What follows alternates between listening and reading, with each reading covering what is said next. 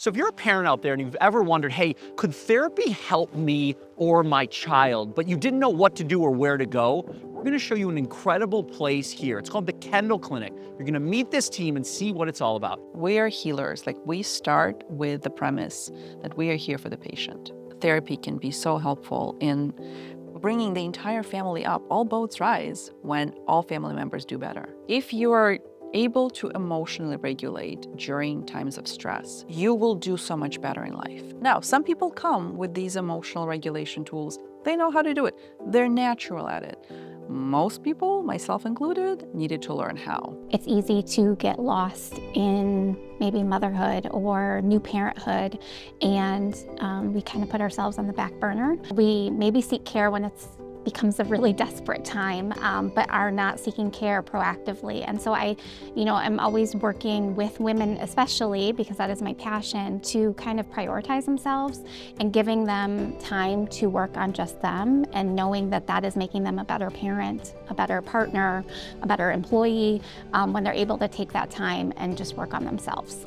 3 conditions that we medicate for the most is attention deficit disorder, anxiety, and depression. All 3 are very well controlled by medication. We do not want medication to be the first thing we try. We want it to be the last thing we try. So about 2 million Americans are diagnosed with what's called treatment-resistant depression. So for these patients, we have a special tool that we use, and it's called Spravato. It kind of helps repair those synapses in your brain that maybe other medications either haven't touched, or it takes time for them to touch, where this gives you effect within hours to days. And for people who are feeling really down and unwell, time matters. And so seeing rapid improvement is a game changer.